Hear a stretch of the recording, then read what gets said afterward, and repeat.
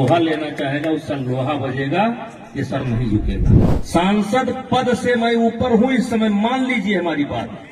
सांसद कहीं हमारे सामने टिकता नहीं है, लेकिन एक बार खंभा और गाड़ेंगे जरूर। अब जो सांसद ज्यादा गड़बड़ कर रहा होगा उसी के यहाँ जाएंगे। गोंडा की राजनीति में एक बार फिर से हलचल तेज हो गई है। इसकी वजह है बीजेपी के चर्चित पूर्व सांसद बृजभूषण शरण सिंह और वो बयान जिसने सियासी गलियारों में भूचाल ला दिया है।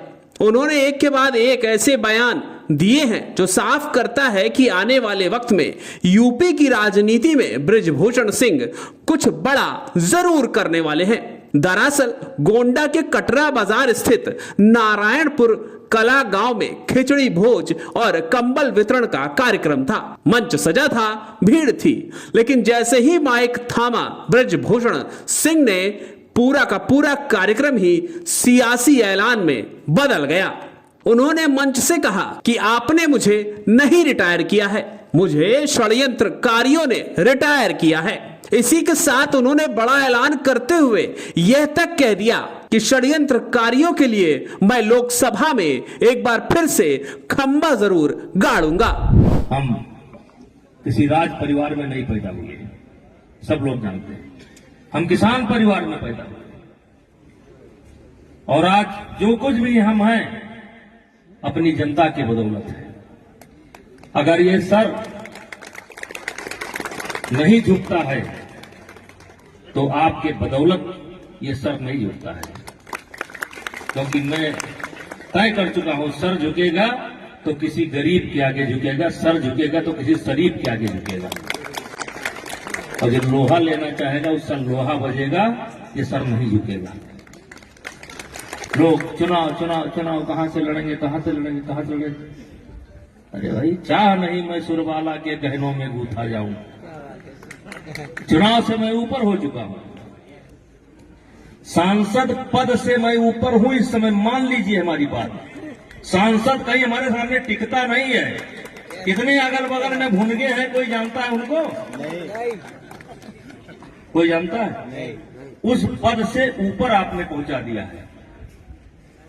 तो सांसद मेरे लिए कोई मायने नहीं रखता है, लेकिन एक बार खंभा और गाड़ेंगे जरूर। एक बार गाड़ेंगे जरूर, क्योंकि आपने नहीं रिटायर किया, आपने मुझे नहीं रिटायर किया, मेरे क्षेत्र की जनता ने मुझको नहीं रिटायर किया, षड्यंत्र ने रिटायर किया। तो उन षड्यंत्रकारियों के लिए बृजभूषण सिंह एक बार लोकसभा जाएंगे जरूर। अब कहां से जाएंगे ये भगवान जाने। अब जो सांसद ज्यादा गड़बड़ कर रहा होगा उसी के यहाँ जाएंगे, जो जनता की सेवा कर रहा होगा उसको बता देंगे कि नहीं सेवा ठीक कर रहा है, इधर नहीं। जो ज्यादा गड़बड़ कर रहा है, होंगे कुछ लोग जो ये समझ बैठे हैं कि हम 150 वर्ष के लिए सांसद हो गए हैं। कुछ लोग ऐसे हैं वो ये मान करके चलते हैं जिंदगी भर हमको सांसद ही रहना है। और ये भरोसा, ये विश्वास, ये बल आप लोगों से मिलता है, क्योंकि हमारे क्षेत्र की जनता हमारे साथ है, हमारे मंडल की जनता हमारे साथ है, प्रदेश की जनता हमारे साथ है, और अब तो आप देख रहे होंगे पूरे देश की जनता आपके साथ है।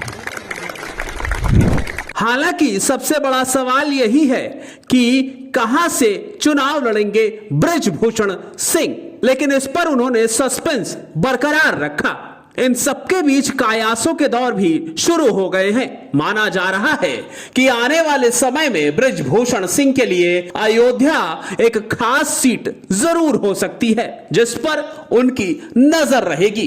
इसके कई कारण हैं। पहला, बृजभूषण सिंह के लिए अयोध्या सीट इसलिए भी मुनासिब मानी जाती है क्योंकि अयोध्या बृजभूषण सिंह की पहली कर्म भूमि रही है। उन्होंने छात्र राजनीति की शुरुआत साकेत कॉलेज अयोध्या से ही की थी। इसी के साथ साथ राम मंदिर आंदोलन से जुड़े होने के कारण संत महंतों में भी उनकी गहरी पैठ रही है। वहीं अपने जन्मदिन के मौके पर भी जब ब्रजभूषण सिंह ने राष्ट्र कथा का आयोजन किया था तो इस दौरान भी अयोध्या सहित विभिन्न क्षेत्रों से मठ मंदिरों के महंत के साथ साथ क्षत्रिय, यादव, गुर्जर, निषाद, पासी, कोरी, मौर्य, लोधी, राजवत समेत 52 समाज के प्रतिनिधियों को आमंत्रित किया गया था।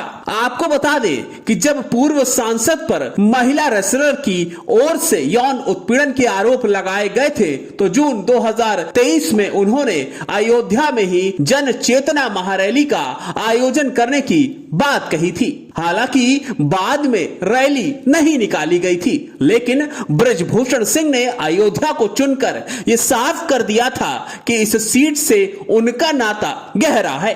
आपको बता दें कि अयोध्या में बीजेपी की हार के बाद से यह सीट चर्चा का विषय रही है।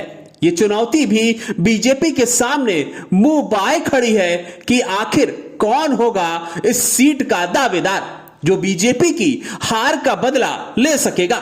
हालांकि ब्रजभूषण सिंह अयोध्या की सीट को ही चुनते हैं तो उनके सामने चुनौतियां भी भरपूर होंगी। भारतीय जनता पार्टी के वरिष्ठ नेता विनय कटियार को लेकर भी इस सीट की चर्चाएं तेज हैं।